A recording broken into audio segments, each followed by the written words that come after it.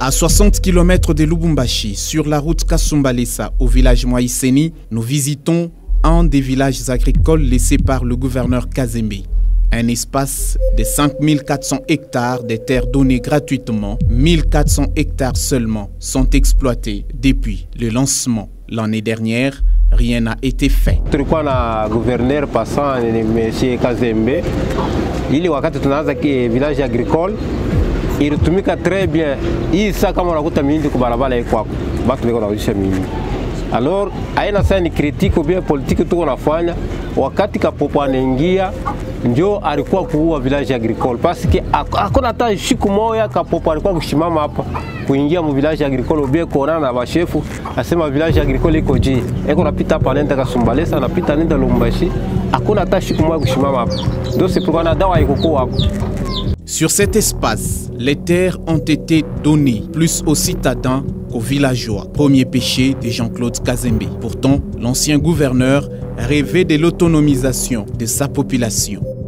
Cette initiative avait pour avantage rendre nos frères propriétaires de leurs terres, donner accès à la population à l'actif du budget par l'appui en engrais, semences, donner de l'emploi, donner un revenu, rendre entreprenant. Grâce à cette récolte, l'année a suivi n'a pas connu de crise. À ce qui concerne les villages agricoles, l'idée n'était pas mauvaise. Or, ça existait depuis longtemps. On cultivait les cotons communs. C'est à partir de la population. Il y a déjà des villages qui existent. Vous allez transformer les Luchois en villageois. Les Luchois quittent Lubumbashi pour aller créer un village quelque part. Tout d'abord, les conditions là, ils vont supporter. Il y a des villages qui existent et qui ont leur mode de vie. Le premier grand problème, c'est d'abord l'identification des participants à ces villages. Qui participe à ces villages agricoles? Est-ce réellement des petits producteurs? Non. C'est plus nous qui habitons les villes, qui avons eu des parcelles, c'est plus nous qui habitons en ville, qui avons reçu ces intrants-là. Et nous ne les avons pas bien utilisés. Ça, c'est un. Deuxièmement, qu'est-ce qui a été pris comme mesure d'encadrement pour nos villages agricoles? Point d'interrogation. Pour les gens sans vision, l'art est difficile, la critique est aisée. L'initiative du village agricole n'était qu'à ses débuts. Si pour toi ça n'a pas été un succès parce qu'on n'a pas appliqué ton plan, c'est bon.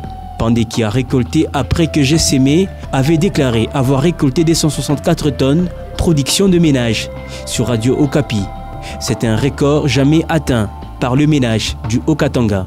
Le manque de suivi n'a pas permis au projet Villages agricoles de se pérenniser, surtout avec le départ de Jean-Claude Kazembe de la tête du Haut-Katanga. Les enquêteurs approchent l'initiateur des villages agricoles. L'objectif, savoir comment était organisé le travail. L'homme charge sa ministre de l'Agriculture. Il y avait un ministre de l'Agriculture qui organisait et supervisait avec ses équipes. Sur terrain, le chef du village est choqué par l'attitude de la ministre. Barletaka mabildozer ya kusema ke itumikie population bantu kurima mais ile bildozer ministre wa agriculture mama Odette Mwewa alibeba kabio anabifanya mu mashamba yake haikutumikia mtu hata mmoja. Mashamba kiko wapi? Iko paka mu village agricole mu bloc 13. Nous fournissons des efforts pour avoir l'ancienne ministre de l'Agriculture sans succès. Ses émissaires nous disent qu'elle est sous émotion et non disposée à parler avec la presse. Il faut le dire, le village agricole était un projet ayant suscité de l'espoir. Papa Kazembe, hii akili hiyo bado kufanikaka, lakini yeye pale nifanye waza ni mwaka kwanza hii tunapata kwa chakula na tulikuwa mjana anasaidia matuba mingi.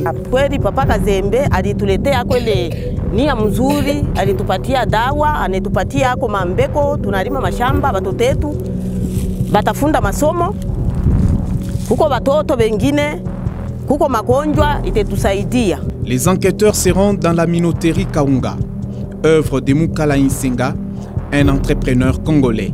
C'est ici qu'Hiroshi Mining fait moudre ses maïs. Avec un peu de volonté, le Congo peut se nourrir et nourrir les pays voisins. Ici chez nous, compte tenu de notre position géographique, c'est les Katanga qui devraient donner à manger aux pays qui vivent dans les déserts. Au contraire, ce sont eux qui nous donnent à manger. Même si l'Afrique du Sud nous donne le maïs, on ne cultive pas en Afrique du Sud, elle importe du Brésil. La Zambie, c'est un pays semi-désertique. L'agriculture est soumise à un calendrier agricole. Et tout ce qui intervient, à part les semences que l'homme apporte et les engrais, le grand facteur, c'est la pluie, qui n'est gérée que par Dieu. Et pour réussir, on oblige à tout agriculteur de respecter son calendrier. Mais si vous venez donner au producteur au mois de novembre, vous lui donnez son sac de semences et le NPK, qui est l'engrais de base, ça va.